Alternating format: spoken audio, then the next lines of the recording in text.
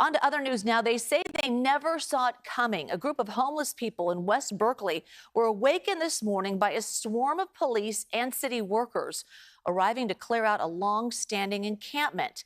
We're talking about the area surrounding 8th and Harrison Streets. It's a few blocks away from UC Berkeley's University Village housing.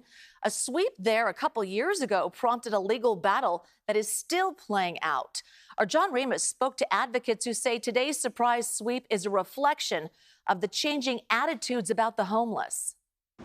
The sweep began about 6 o'clock in the morning, and the people living in the encampment say it came as a complete surprise to them.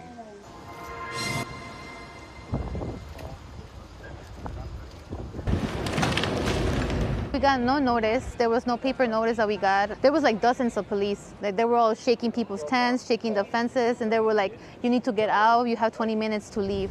And I wasn't given any notice, so I feel like highway robbery is happening right now. There's no one offering any services. The city will not talk to me. The city won't talk to any of us.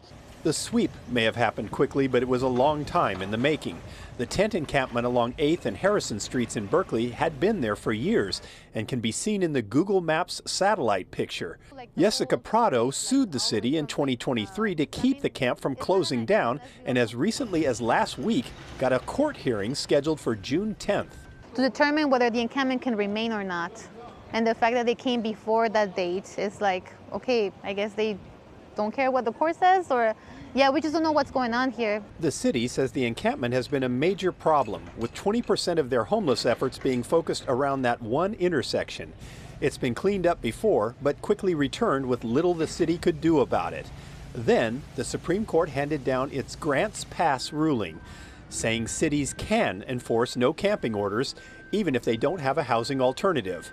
Homeless advocate Ian Cordova Morales says that changed everything. It's become lawless. They've become lawless, the police and the city and everyone. They're just not following any of the old protocol. They're not giving notice. They're arresting people. They're doing whatever they want now. They've taken what the Supreme Court said about their abilities to arrest people, and they've just gone full bore. No one would go on camera today, but when asked if any notice had been given, the spokesperson for the city said the campers had been told in January that they could not stay there. When pressed, he admitted that no notice had been given about the morning's cleanup operation. It seems the public is losing its compassion for the unhoused. We are seeing just a lot more people complaining about homelessness, a lot more communities kind of getting together and advocating against homeless encampments being in their area. And generally, people are demanding that sweeps happen now rather than people get connected with services. And it's made everything that we're doing a lot harder. And of course, the get tough attitude still doesn't answer that nagging question. Where do they go? I don't know. The message Berkeley is saying, don't go to Berkeley. So. Do you think that's what Berkeley's hoping for? Berkeley wants them to leave town, absolutely. The message is get out of town. If there's nowhere for people to go, I don't know where they expect them to go. I guess go to jail, I guess, you know, or to your grave. I don't know. Where do they go? It's a question that has plagued cities since people began pitching tents on the sidewalks. And there don't seem to be any answers coming from the Supreme Court on that one.